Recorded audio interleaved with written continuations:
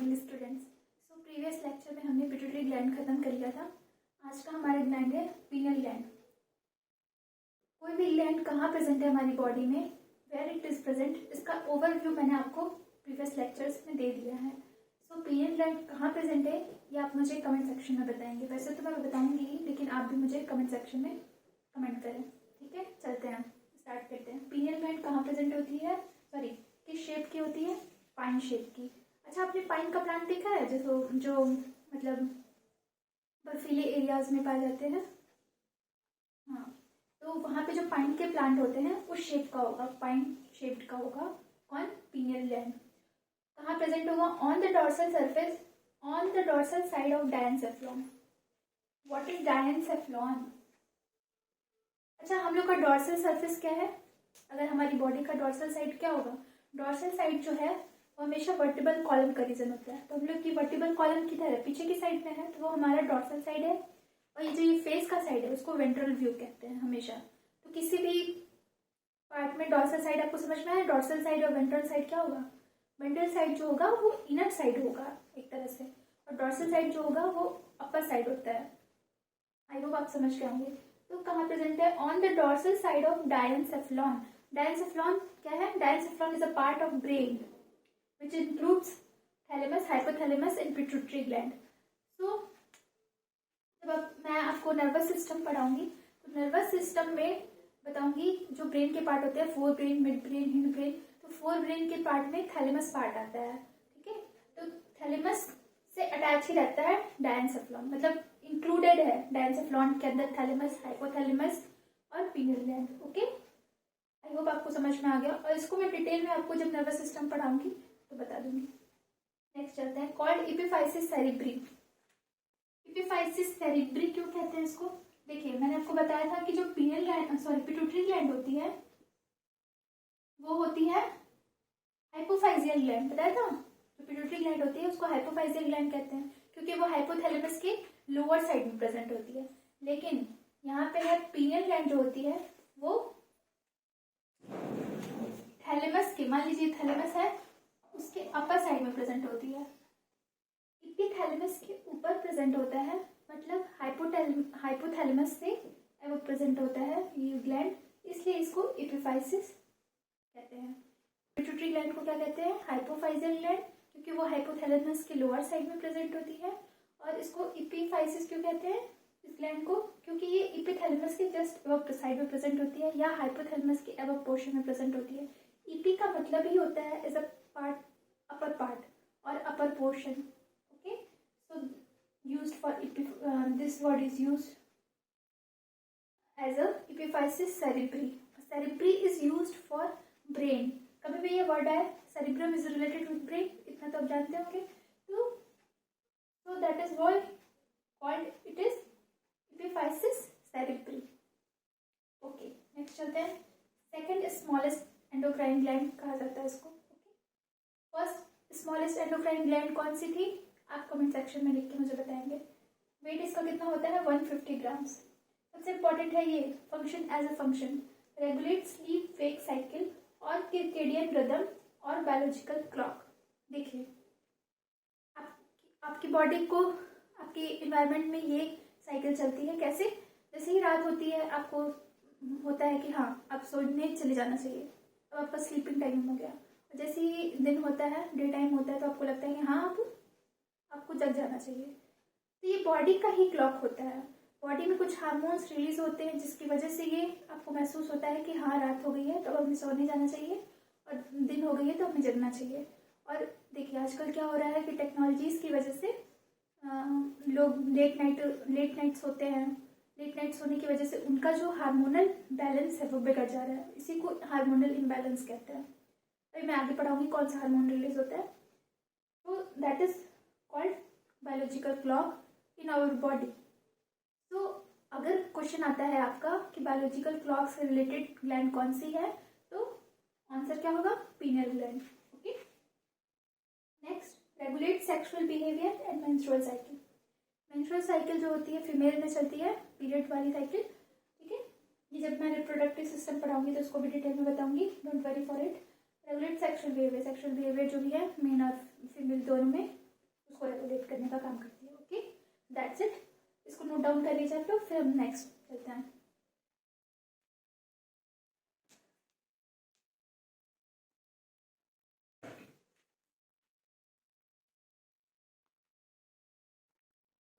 अब हम बात करेंगे कि कौन से हार्मोन रिलीज होते हैं हमारे पीनल ग्लैंड से। जो होते हैं कौन से रिलीज होते हैं, एक होता है हार्मोन आपका मेलेटोनिन और दूसरा होता है एंटीगोनेडियल हार्मोन। कहीं कहीं बुक में दिया रखा है कि मेलेटोनिन को ही एंटीगोनेडियल हार्मोन कहते हैं, लेकिन कई बुक्स में कई तरह की चीज़ें दी गई हैं, तो मैं तो इसको अलग लेके चल रही हूँ ताकि आपको क्लियर रहे। ठीक है, ओके। तो कौन सा हार्मोन रिलीज होता है पीनल ग्लैंड से, that is very very important question. Melatonin hormone secrete होता है और ये क्या करता है, स्लीप वेक साइकिल को रेगुलेट करता है। जैसा कि मैं यहाँ पे आपको बताने की कोशिश कर रही हूँ। देखिए, डार्क में मतलब जब लाइट नहीं है, लाइट की प्रेजेंस नहीं है, तो क्या होगा, मेलेटोनिन का जो कंसंट्रेशन होगा वो बॉडी में बहुत ज़्यादा ही हाई होगा। तो इसकी वजह से क्या होगा, मेलेटोनिन का कंसंट्रेशन ज़्यादा है तो प्रमोट क्या करेगा, इसको प्रमोट करेगा, स्लीप को प्रमोट करेगा ना। तब तो आपको नींद आएगी जब मेलेटोनिन का कंसंट्रेशन बढ़ता है शरीर में, बॉडी में, तो वो क्या करेगा, स्लीप को प्रमोट करेगा। और उसके जस्ट उल्टा क्या हो जाएगा, वाइस वर्सा। इन लाइट में क्या होगा, मेलेटोनिन की जो कंसंट्रेशन है वो घट जाएगी। तो जब वो मेलेटोनिन की कंसंट्रेशन घट जाएगी तो वो क्या करेगी, प्रमोट्स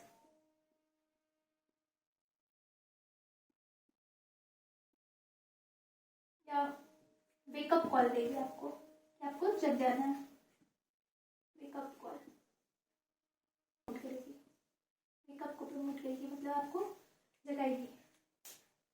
मेलेटोनिन की कंसंट्रेशन जब कम होगी तो आप जाग जाओगे बॉडी में, और जब ज़्यादा होगी तो ये प्रमोट करेगी स्लीप को। Okay, I hope you understand what is the real function of melatonin and where it is secretion from. ओके, चलते हैं। और दूसरा हार्मोन कौन सा रिलीज होता है, antigonadial hormone. Antigonadial hormone, gonad is related with reproductive organs. Okay, testis and ovary.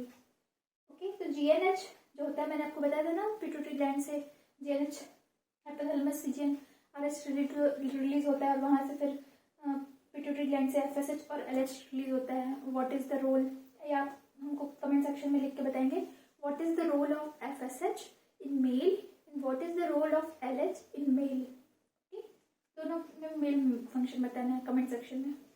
चलिए, तो एफएसएच और एलएच इनके फंक्शन को भी क्या करता है, प्रिवेंट करता है या रोकता है, क्योंकि ये इसीलिए नाम दिया गया है एंटीगोनेडियल हार्मोन। तो गोनेड्स के हार्मोन तो यही है एफएसएच और एलएच, जो कि पिट्यूटरी ग्लैंड से रिलीज होते हैं, तो उनको इनहिबिट करने का, प्रिवेंट करने का काम करता है कौन, मेलेटोनिन हार्मोन। इसलिए मेलेटोनिन को कहीं कहीं बुक्स में आप देखेंगे ऐसे भी लिखा हुआ है, मेलेटोनिन, ऐसे इनहिबिट का सिंबल है ये जीएनएच। ओके, हाँ, आई होप ये आपको समझ में आ गया होगा। एक और हार्मोन है जो गोनेड्स को इनहिबिट करता है, प्रोलैक्टिन हार्मोन। जब भी प्रोलैक्टिन हार्मोन की कंसंट्रेशन ज़्यादा रहेगी तो वो इनहिबिट करेगा किसको, जीएनएच को, गोनेड हार्मोन, गोनेडियल हार्मोन्स को। ठीक है, आई hope you understand, note down कर लीजिए इसको भी। देखिए, मैं आपको ऐसे ही पढ़ूंगी ताकि आपको चीज़ें याद रहें। उसमें याद करने वाली चीज़ें क्या है, पीनल ग्लैंड से कौन सी हार्मोन रिलीज होती है, what is the role of hormone and what is the function of hormone and, ठीक है, और किसको इनहिबिट करती है, ये भी आपके दिमाग में रखिए, क्योंकि क्वेश्चन जो होते हैं अगर स्टेटमेंट वाइज आएंगे नीट में तो क्वेश्चन आपके ऐसे आ जाएंगे। और ऐसे नॉर्मल पेपर जो आपका ये क्या कहते हैं, एसएससी है, एसएससी सीजीएल वगैरह है, ये सब जो कम्पिटिटिव एग्जाम्स हैं आपके, एसएससी जीडी है, उसमें जो बायो और साइंस का सेक्शन आता है, या कोई भी कम्पिटिटिव एग्जाम, सी टेट है, यूपी टेट है, जो भी आपके कम्पिटिटिव एग्जाम्स में साइंस पूछा जाता है, तो उसमें आपसे इससे ज़्यादा कुछ नहीं पूछेगा। पीनल ग्लैंड से कौन सी हार्मोन रिलीज होती है यही पूछेगा, मेलेटोनिन ऑप्शन में दिया रहेगा, कई सारे हार्मोन्स के नाम दिए रहेंगे, तो आपको सिलेक्शन करना रहेगा। ठीक है, नोट डाउन कर लीजिए। तो नेक्स्ट चलते हैं। तो नेक्स्ट इसका फंक्शन है, after 10 to 12 years this gland start degenerating and crystals of calcium and phosphate deposited in this gland called brain sand or third eye.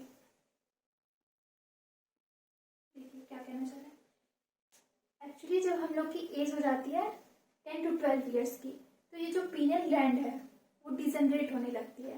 What is the meaning of degenerate? मतलब आपका जो melatonin का secretion है वो बहुत ही कम हो जाता है। जब ऐसे आप समझिए, और जब ये डिजनरेट होने लगता है तो आफ्टर सम टाइम क्या होता है, कैल्शियम एंड फॉस्फेट का डिपोजिशन इस ग्लैंड में होने लगता है, जिसको हम ब्रेन सैंड और थर्ड आई कहते हैं। ठीक है, अभी मैं बताऊंगी थर्ड आई क्यों कहते हैं इसको, आगे बताऊंगी कि थर्ड आई क्या होता है और थर्ड आई से सेंस क्या होता है।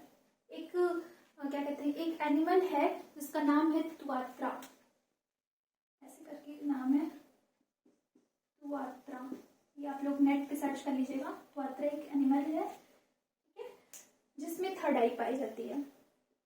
तो ये थर्ड आई का फॉर्मेशन कैसे हुआ है?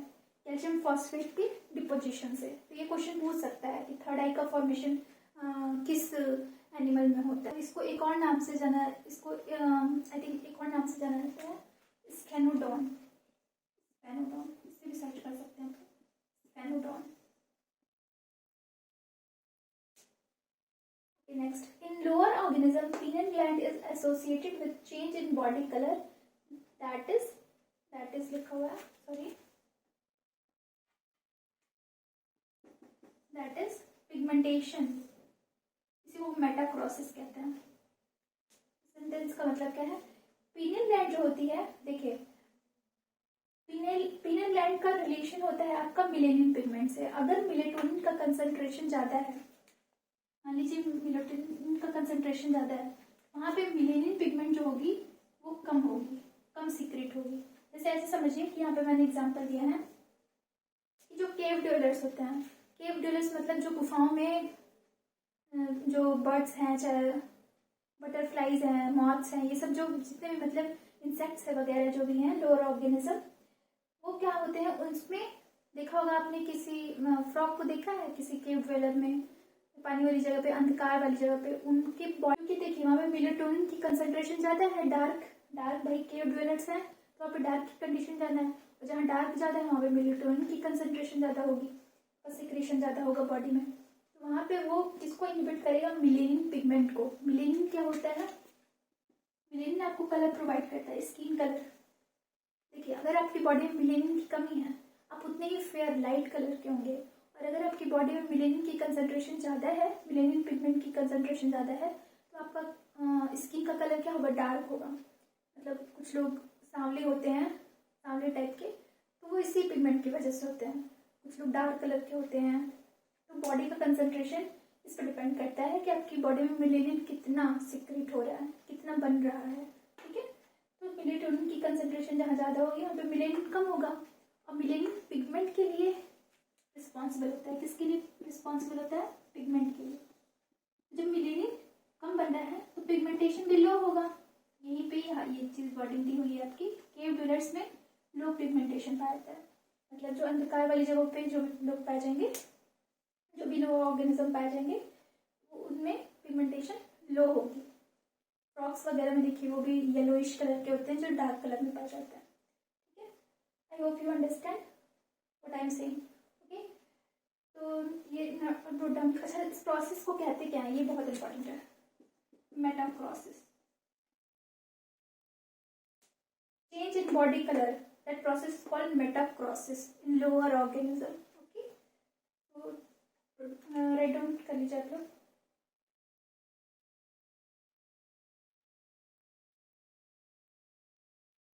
एक और चीज आपको बताना चाहूंगी, देखिए यहाँ पे एक वर्डिंग लिखिए, आफ्टर 10 to 12 ईयर्स। आजकल आप लोग देख रहे हैं कि जो बच्चे होते हैं, जो अभी जो बच्चे हैं अभी, मान लीजिए आपकी प्यूबर्टी पीरियड कब आती है?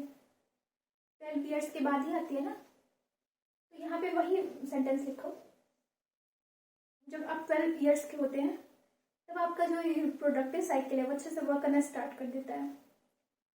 तो वही कह रहा है यहाँ पे कि आफ्टर 10 to 12 ईयर्स, जब भाई ये पीनियल ग्लैंड से जो मेलेटोनिन हार्मोन सीक्रेट हो रहा है उसका सीक्रेशन कम होने लगेगा, तो कौन इफेक्ट में आएगा आपकी? अभी मैंने पिछली वीडियो में बताया कौन सा हार्मोन, GnH, गोनेडियल हार्मोन इफेक्ट में आएगा। तभी आपकी बॉडी में प्यूबर्टी स्टेज आना स्टार्ट हो जाती है 12 ईयर्स के बाद से।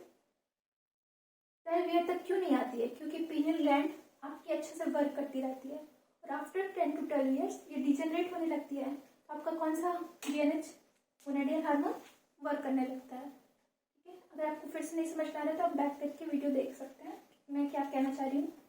LH-FSH जो आपकी रिप्रोडक्टिव साइकिल को मेंटेन करने के लिए रिलीज होते हैं, प्यूबर्टी पीरियड को बनाए रखने के लिए रिलीज होते हैं, एस्ट्रोजन एंड्रोजन हार्मोन, ये सब उसको इनहिबिट करता है कौन? मेलेटोनिन। और जब वो नहीं रहेगा, डिजेनरेट हो जाएगा, तो वो उसको प्रमोट करेगा, GnH को। आई होप आप समझ गए होंगे। इसको राइट डाउन करना। पीनियल ग्लैंड ये आपका कवर हो चुका है। तो नेक्स्ट ग्लैंड पढ़ेंगे थायराइड ग्लैंड के बारे में। इसको नोट डाउन कर लीजिए और मुझे आप बताइए कि हाँ, ये सर्च कर लीजिएगा कि स्पिनोडॉन में थर्ड आई पाई जाती है। उसको देख लीजिएगा कैसा स्ट्रक्चर है उसका एनिमल का। ये मिलते हैं नेक्स्ट वीडियो में।